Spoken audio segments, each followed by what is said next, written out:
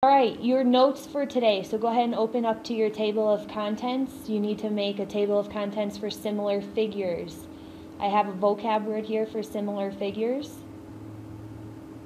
Go ahead and write this down in your notebook. Similar figures. Two polygons are similar if their corresponding angles are the same measure and the lengths of their corresponding sides are proportional. And we'll talk about what that means as soon as you get it written down. All right, corresponding means if I have these two rectangles here and I tell you up here that they're similar, this symbol right here means that these two are similar. That means that the side AB and WX are proportional. Okay, so we can set up a proportion to solve sides. So I gave you this example here. Write it down if you want to. You don't have to. We're going to do a bunch today. But the proportion down here is set up like this. We need to look at corresponding sides. So A and B is corresponding to W and X. And so our corresponding sides go across the top in our numerators, and then the other set of sides we're looking at goes across the bottom. So for example, this 2 up here, I put right here, its corresponding side is measured with 4 units. And then the other number I have is BC right here. So it's 1, and then its corresponding side is 2. So the proportion would be set up like this. The reason I know this is proportional is because if we do our cross multiplication, we have 2 times 2 is 4 equals 4. Okay? If I tell you that these are similar, then you know you can set up a proportion.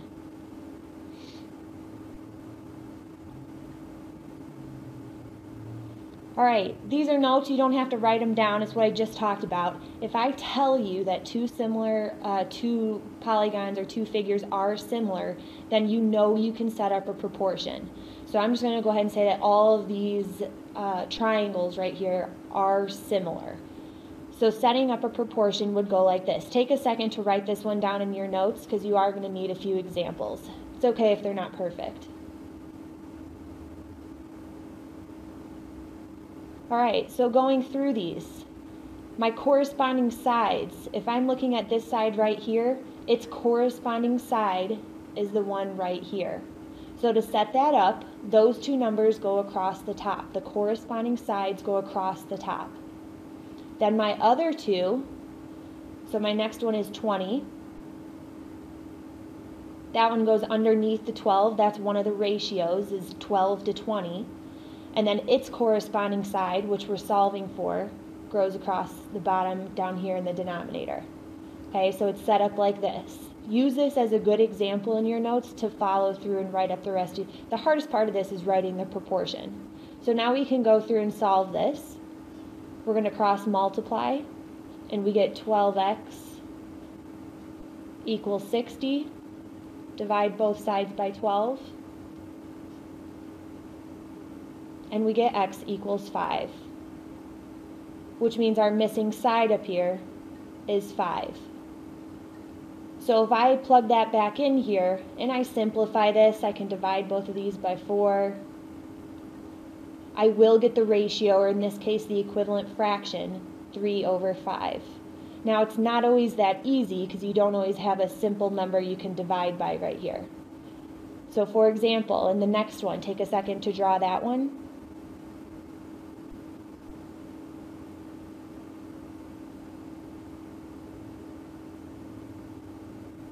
Okay, so to set up my proportion, I'm going to look at my corresponding side. So if I choose to put x in my numerator first, then its corresponding side is going to be the 9. So I'm going to start with x up here, and then 9 on the other numerator. Since 1 is in the same triangle here, I'm going to put it underneath the x, and its corresponding side is 1.5. So going through and solving for this one, I use cross multiplication, and I get 1.5x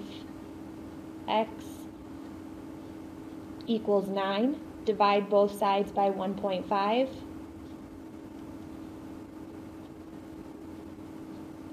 And you should get x equals 6. Okay, remember you need to move your decimal, which means we need to move this one, and then 15 goes into 90 6 times. Okay, take a second to do this next one down here. or draw it.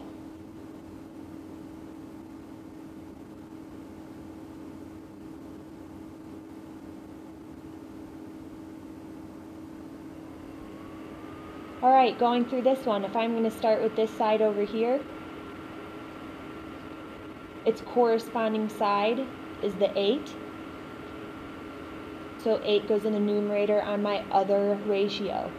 Then 4 is the second number that we have for this triangle, so 4 goes in my denominator, and its corresponding side is 9.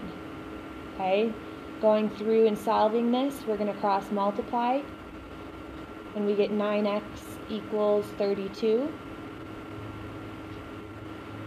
Divide both sides by 9,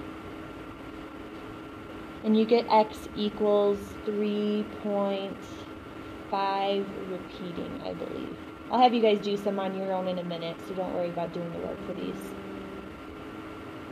And then the next one we'll do together, and then I'll have you guys do a couple on your own.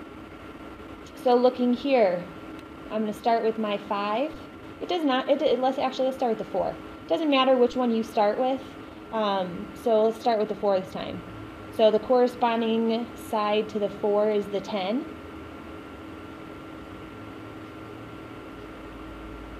So that means 5 is going to come down here in my denominator, and its corresponding side is x. So we get 4x equals 50.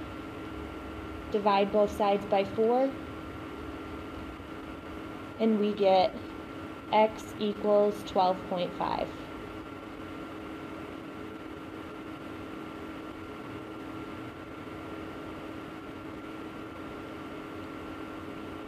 Okay, here's 2. I'm going to go ahead and set up the proportion for the first one, and then you guys can solve it and then set up the proportion for the second one and solve that one on your own. Okay, so here if I start with the 4, the corresponding side to the 4 is the 18. And then the 2.5 is the other number that we have, the other measurement we have for that first rectangle. And then x is its corresponding side. So go ahead and take a second to solve for x and then see if you can figure out this next one on your own. So here are the proportions and the answers that you should have gotten for these two. I got x equals 11.25 for this one up here. And then down here, depending on which way you set up your proportion, you could have 6.8 over x equals 12 over 7, or you could have them both flipped. So you could have x over 6.8 equals 7 over 12. Either way, you should get the same answer, which is 3.9 and then the 6 repeating.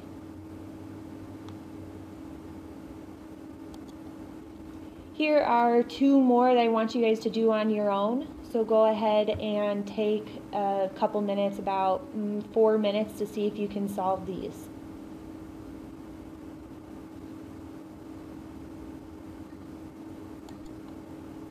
Alright, so here are the proportions that I set up for these. I have 6 over 8 equals x over 12. And then I cross multiplied, and you should get x equals 9. And then down here I set the proportion up as 3.2 over 2.5 equals x over 8. Again, you could have those both flipped around, so the 2.5 and the 8 can both be in your numerator, so you'll still get the same answer. And for this one, after you cross multiply and then divide both sides by 2.5, you should get 10.24.